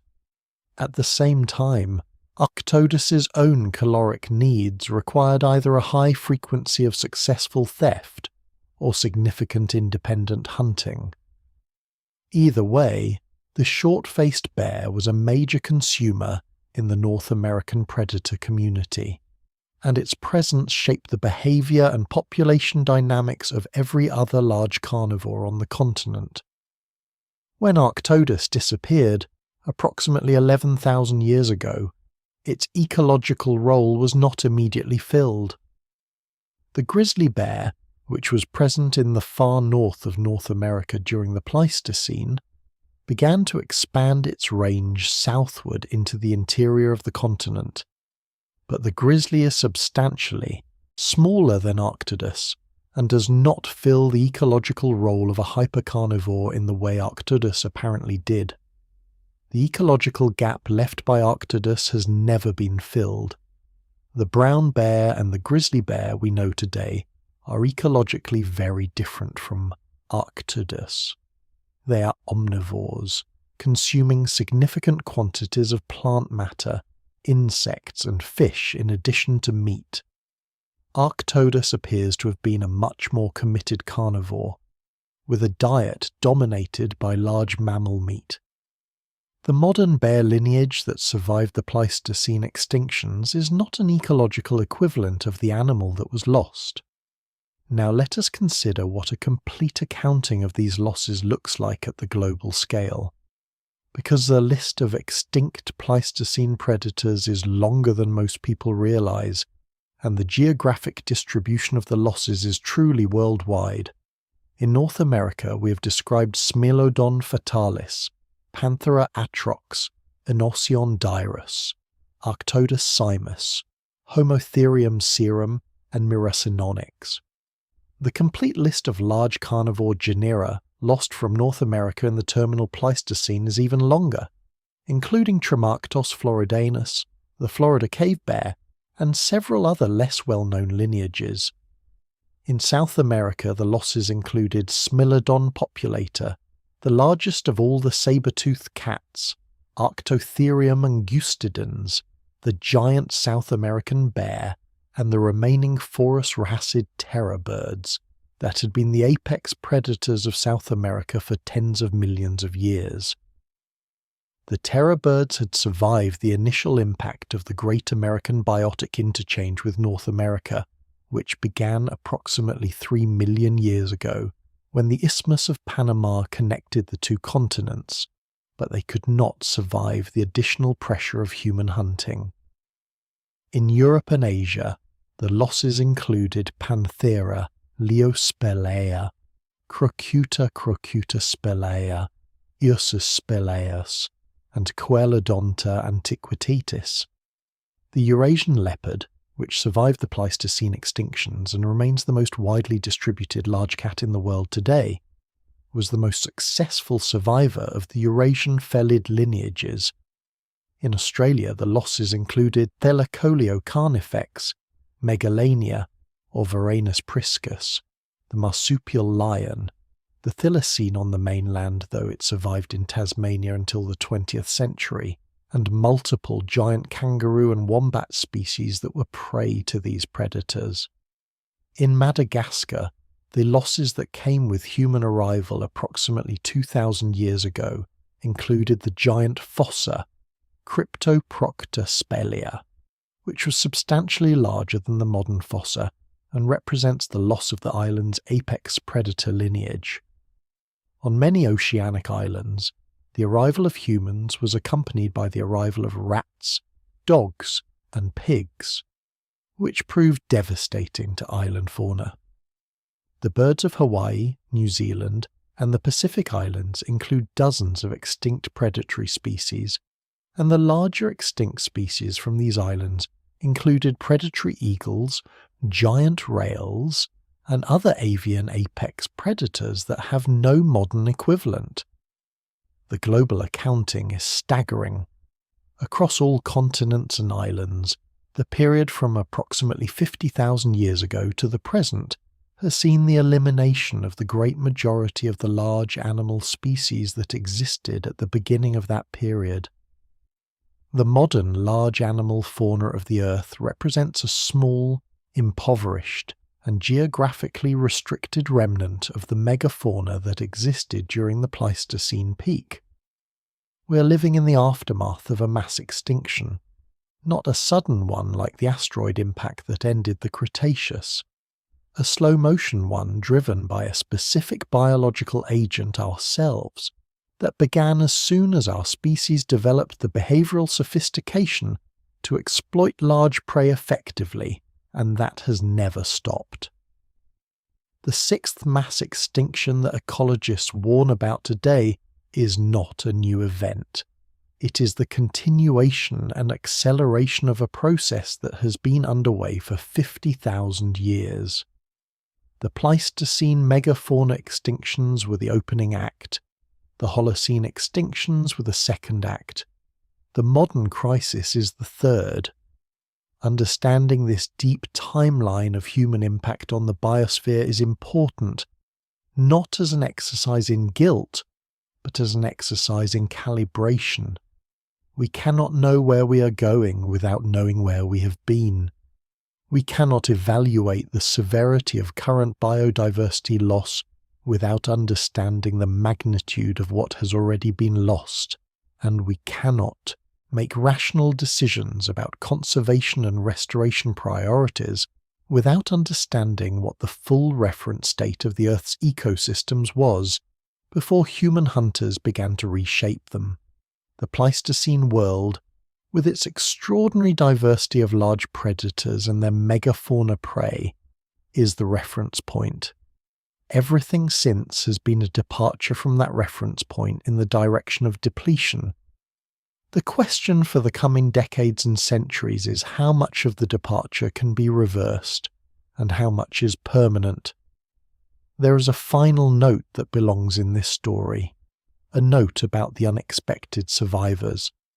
Not every large predator disappeared in the terminal Pleistocene extinctions.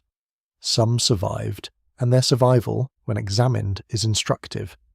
The African predator community is the most obvious survivor. Lions, leopards, cheetahs, wild dogs, spotted hyenas, striped hyenas, brown hyenas, aardwolves, jackals, and crocodiles all survived in Africa while comparable lineages went extinct on other continents. The reason, as discussed, is the long coevolutionary history between African megafauna and human hunters. Africa was not exempt from the Pleistocene extinctions. Several African megafauna species did go extinct, and the African predator community was reduced from its Pliocene peak. But the losses were smaller because the adaptation was already in place. The grey wolf survived in North America when Anocion dirus did not. The grey wolf was a relatively recent immigrant from Eurasia, having crossed the Bering Land Bridge approximately 100,000 years ago, and it was already behaviourally adapted to human presence through its long evolutionary history in Eurasia, where humans had been hunting large game for hundreds of thousands of years. The grey wolf's wariness of humans, its tendency to avoid rather than investigate human presence, may have given it a survival advantage when the Clovis hunters arrived, compared to species like the dire wolf and the American lion that had no such behavioural adaptations. The puma, or mountain lion of the Americas, is another survivor. Pumas are closely related to cheetahs and were present in North America throughout the Pleistocene as part of the diverse felid community. They survived when all the other large North American felids went extinct. Their survival may be related to their dietary flexibility. They are among the most adaptable large cats in the world, able to take prey ranging from insects to elk, and to their behavioural flexibility, they are secretive, wide-ranging, and capable of persisting at low densities across a wide variety of habitats. These characteristics made them more resilient to the collapse of the megafauna prey base than specialized predators like Smilodon or Homotherium. The jaguar survived in South America and Central America, though it was once present in North America as far north as what is now California. The jaguar's survival in South America, when so many of its ecological contemporaries went extinct, may be related to its association with tropical forest habitats that were less affected by the terminal Pleistocene climate changes and that provided refugia for prey species that disappeared from the open habitats of North America. The bears are perhaps the most instructive survivors. While Arctodus simus went extinct, the grizzly bear and the American black bear survived. The key difference may be dietary flexibility. Grizzly bears and black bears are omnivores capable of surviving on a wide variety of food sources including insects, roots, berries, fish, and small mammals in addition to large prey when available. When the large prey base collapsed, the omnivorous bears could switch dietary emphasis in ways that a hypercarnivore like Arctodus could not. The survival of the omnivorous bears and the extinction of the hypercarnivore is a pattern consistent with the broader observation that generalist species tend to survive extinction events better than specialists. Let us spend more time at Brea, because no other place on Earth gives us such direct and intimate access to the dynamics of a Pleistocene predator community. The tar pits are not just a collection of bones, they are a time capsule of ecological interactions. The process of entrapment at Brea was itself an ecological event. The asphalt seeps were often covered by a thin layer of water or vegetation that disguised their nature. Insects and small birds would become stuck first.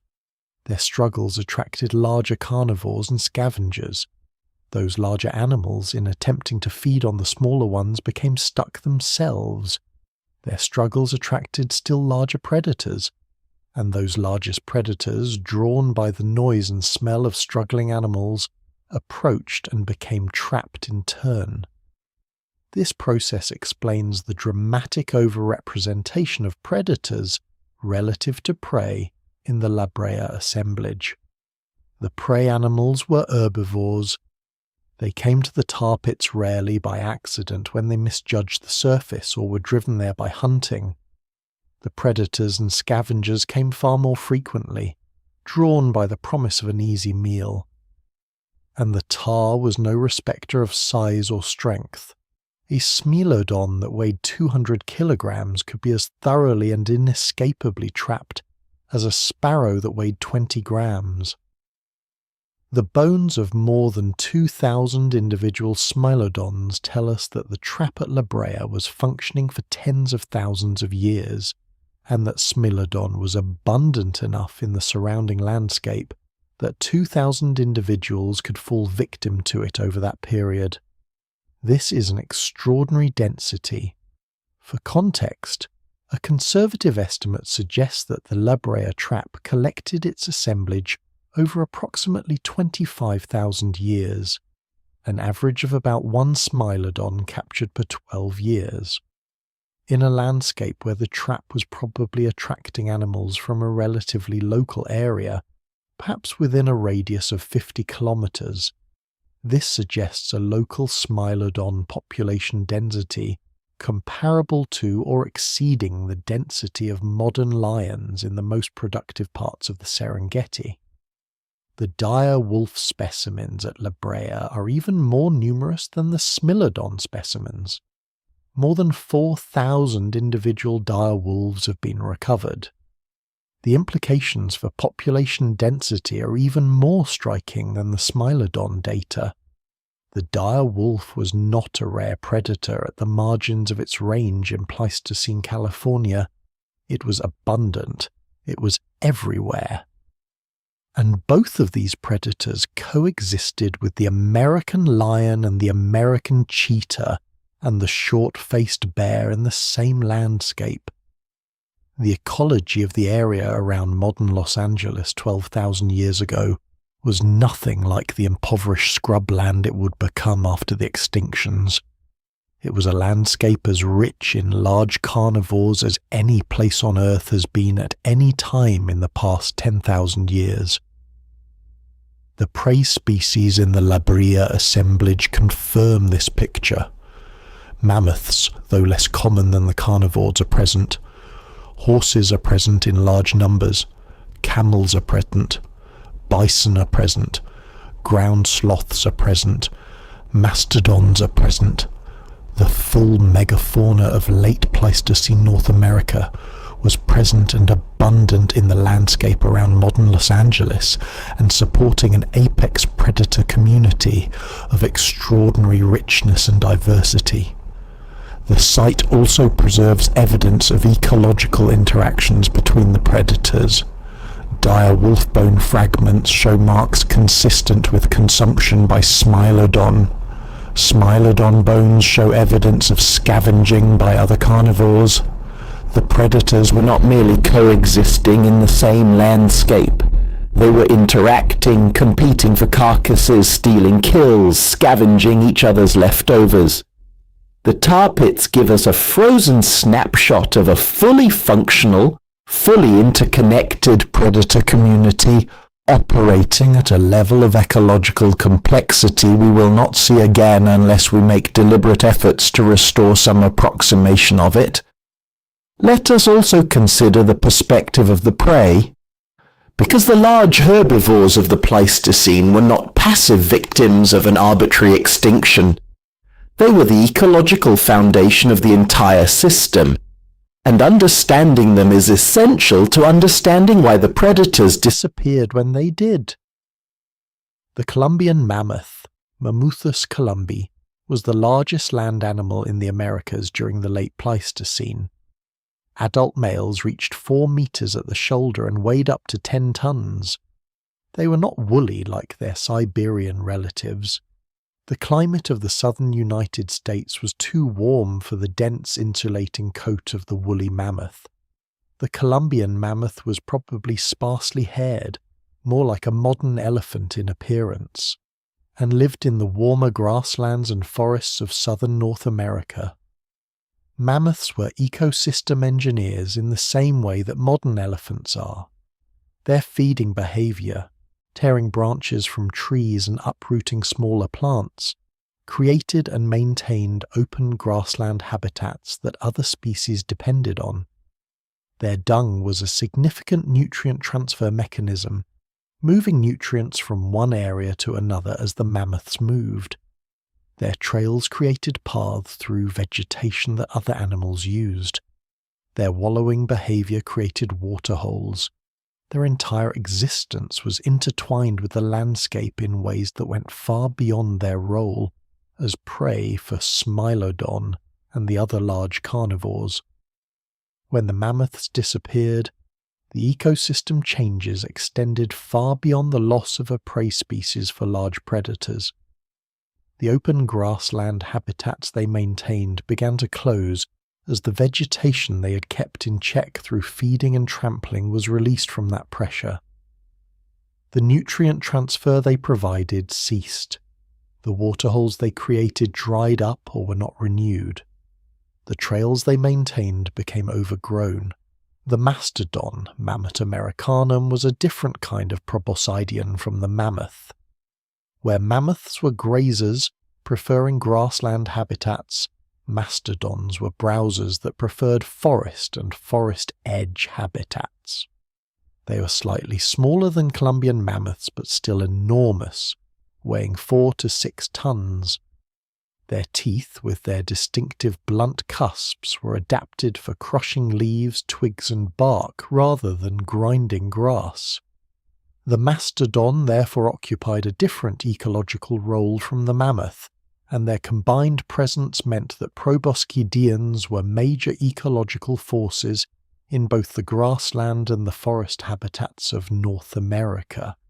The horses and camels of North America are perhaps the most ecologically significant lost species from the perspective of modern North American ecology, because they are the species whose absence most clearly represents an ecological void in the current landscape. North America was the evolutionary homeland of the horse lineage, which had been present on the continent for approximately 55 million years. The horses present in North America at the time of the Pleistocene extinctions included multiple species ranging in size from small animals similar to modern donkeys to larger species approaching the size of modern horses. The North American horses went extinct along with the rest of the megafauna. Their ecological role as large grazers was not filled by any native North American species after their disappearance. The bison, which survived the Pleistocene extinctions and expanded dramatically afterward, partly fills this role, but is not a complete ecological replacement. When Europeans reintroduced horses in the 16th century, the horses found a landscape that was in some respects prepared for them by millions of years of evolutionary history, and they naturalized quickly into feral populations in habitats that were ecologically suited to them. The same pattern applies to the North American camels. Two species of camelid were present in North America during the Pleistocene, including Camelops hesternus, the western camel, which was comparable in size to the modern Bactrian camel. These animals were browsers and grazers that occupied habitats across the western interior of the continent. Their extinction left a significant gap in the large browser guild of western North America that has not been filled by any native species since. The American horse and the American camel, now absent from their native continent for 10,000 years, are remembered today as introduced species when they appear in their ecological homeland. The mustang is called an invasive species. Wild camelids in North America do not exist. The ecological void they left behind has been partially filled by deer and elk and pronghorn, but the species composition of the North American large herbivore community is fundamentally different from what it was before the extinctions.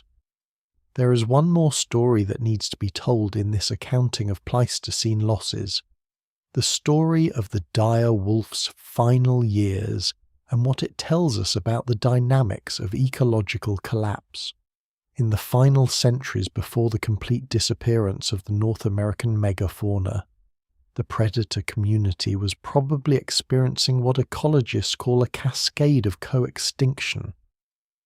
As the large herbivore populations declined under the combined pressure of human hunting and possible climate-driven habitat changes, the prey base for all the large predators shrank simultaneously. The predators, which had been competing with each other for prey for thousands of years, now found themselves competing for a progressively diminishing resource.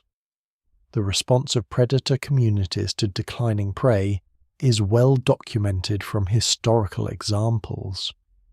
Predator populations decline more slowly than prey populations because predators can switch prey species and can range further from their normal territories in search of food. But the decline is inexorable if the prey base continues to shrink, and the order in which predators go extinct as prey declines is not random. The most specialized predators, those with the narrowest dietary range and the most specific habitat requirements, typically go first. The most generalist predators go last.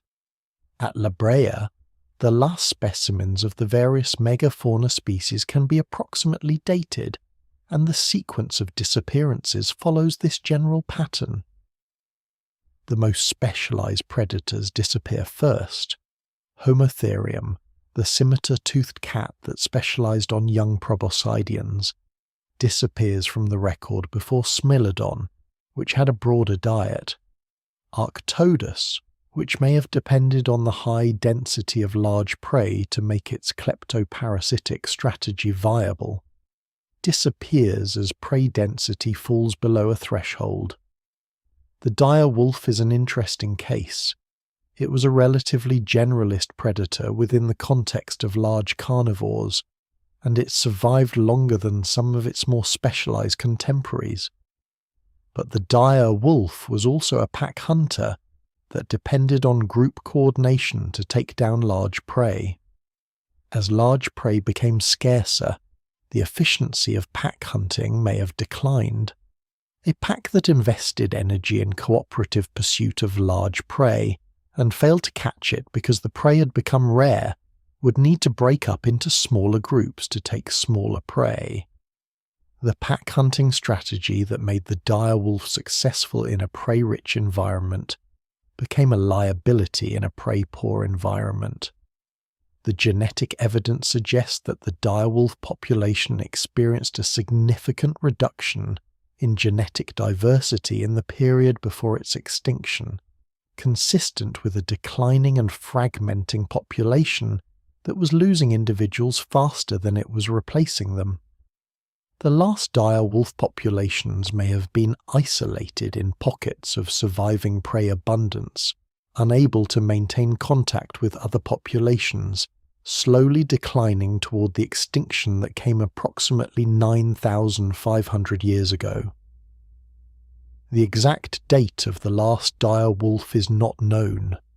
No single specimen can be identified as the final individual, but the fossil record thins progressively after approximately 10,000 years ago, and the last firmly dated specimens are from the early Holocene. At some point in the early Holocene, in some location that we do not know, and probably cannot ever know, the last individual of an evolutionary lineage 5.5 million years old died. And the dire wolf was gone. The silence that followed these extinctions was not immediate. Ecosystems do not go quiet overnight. The prey species that survived, the bison, the pronghorn, the white-tailed deer, the elk, the moose, continue to exist and to fill the landscapes of North America. The mountain lion and the grizzly and the grey wolf continue to hunt. But the ecological structure was different. Without the full complement of large predators, the prey species behaved differently. The pronghorn, which retains the speed adaptations that evolved in response to the American cheetah, runs faster than any predator that currently exists on the continent can match. Its speed is ecological memory. It is running from a predator that has been gone for 10,000 years. The pronghorn is haunted by the ghost of Myrcinonyx. The aspen groves of the American West show evidence of browsing pressure that, in the absence of large predators to create an ecology of fear in the elk and deer populations, has prevented the regeneration of young trees in many areas. The same dynamic that was reversed in Yellowstone by the reintroduction of wolves is playing out across vast landscapes where wolves and other large predators are absent. The ghost of the full Pleistocene predator community is visible in the vegetation structure of a continent that has too many herbivores and too few predators. We are living in the ecological aftermath of the Pleistocene extinctions. The world we call natural is not natural, it is the wreckage of what was natural. And understanding that distinction is perhaps the most important intellectual contribution that the study of the Pleistocene extinctions can make to our current understanding of ecology, conservation, and our own place in the history of life on Earth. There is a thought experiment that ecologists sometimes use to illustrate the scale of what was lost in the Pleistocene extinctions. Imagine that you are an ecologist from another planet, arriving on Earth today for the first time and conducting a survey of its large mammal fauna. You would find a planet with reasonably diverse large mammal communities in Africa, somewhat diverse communities in parts of Asia, and impoverished communities in the Americas, Australia, and Europe. You would note a pattern that is very difficult to explain from first principles. The level of large mammal diversity seems oddly low for a planet with such productive tropical and temperate ecosystems. The ecosystems look as if they have the capacity to support more large animal diversity than they currently do. This is exactly right. The ecosystems of Earth are underfilled relative to their ecological capacity in terms of large animals. The reason is the Pleistocene extinctions. The productive grasslands of North America, which currently support modest communities of bison, deer, elk, and pronghorn, previously supported many times that diversity of large species. The tropical forests of South America, which support tapirs, jaguars, and a few other large species today, previously supported giant ground sloths, giant armadillo relatives, and multiple large cat species in addition to the lineages that survived. The ecological capacity is still there. The sunlight still falls. The grass still grows. The rivers still run. The land that supported Smilodon and the mammoth and the short-faced bear 12,000 years ago still exists. What is missing is not the ecological capacity but the animals themselves. This is why the rewilding movement, whatever its practical challenges, is ecologically rational. It is not a sentimental impulse toward a romantically imagined past. It is a recognition that intact ecosystems with their full complement of large animals are more productive, more resilient, more biodiverse, and more stable than the impoverished remnants we have, and that some approximation of what was lost might be recoverable, not by time travel, but by careful ecological restoration, using the surviving relatives of the extinct species. The American West, with horses, camels, and a large felid capable of hunting pronghorn at their actual top speed, would be a more ecologically complete, more ecologically healthy environment than the American West without those species. The fossil record and the ecological theory both say so. The question of whether we have the will to take such restoration seriously is a political and cultural question, not an ecological one. The bones at Brea are not just a record of loss. They are also a blueprint. They tell us what North America was capable of supporting. They tell us what the ecological potential of the land still is. And they tell us, if we choose to listen, what returning some of that potential to the world might require. When all of this is held together, a picture emerges that is both sobering and important. The world we were born into is not the world that the earth is capable of being. The wild places that inspire us and that we fight to protect are impoverished remnants of ecosystems that were once far richer, far more complex, and far more productive. The predators we celebrate, the African lion and the Bengal tiger and the grey wolf and the mountain lion, are survivors of a catastrophe. They are what remains after most of what came before was lost. This does not make them less worth celebrating or less worth protecting. On the contrary, the survivors of the Pleistocene extinctions are the last threads of an ecological tapestry that has been largely destroyed. Each surviving large predator lineage represents a connection to the richer world that preceded us. Each extinction of a surviving lineage severs one more thread. The bones in the tar pits of Los Angeles are not just scientific specimens. They are the remains of a world. They tell us what this continent was, what this planet was, what it was capable of being when the full complexity of millions of years of evolution was left to express itself without interruption. The Smilodon and the dire wolf and the American lion and the short-faced bear were not curiosities or aberrations. They were the expected, normal, natural fauna of a continent that had been building complexity for millions of years. They were what North America was supposed to have. We were not supposed to be here, not in the sense of moral condemnation, but in the sense that the evolutionary trajectory of our planet did not include us, did not predict us, had no preparation for us. We arrived as something new in the history of life, something that the ecological systems built over millions of years had no adaptation for. And our arrival changed everything. That is the weight of the story.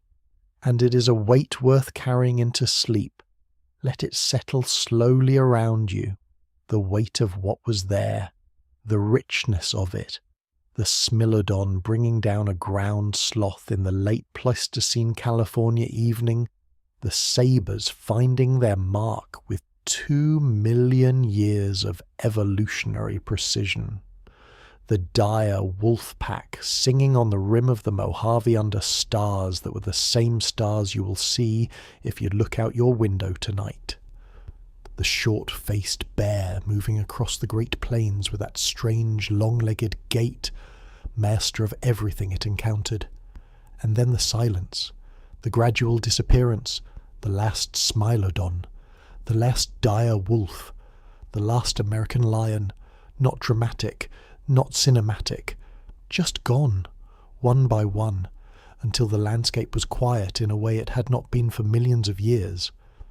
The tar holds them still, preserved in the black asphalt beneath the city, the bones of everything that North America was, the density of what was there, compressed into the record of what can be recovered. The world is older than its current inhabitants. The loss is older than its current mourners, and the possibility of restoration, however partial, however imperfect, is still alive in the minds of the people who know the story and choose to carry it forward. You know the story now. Carry it, sleep well,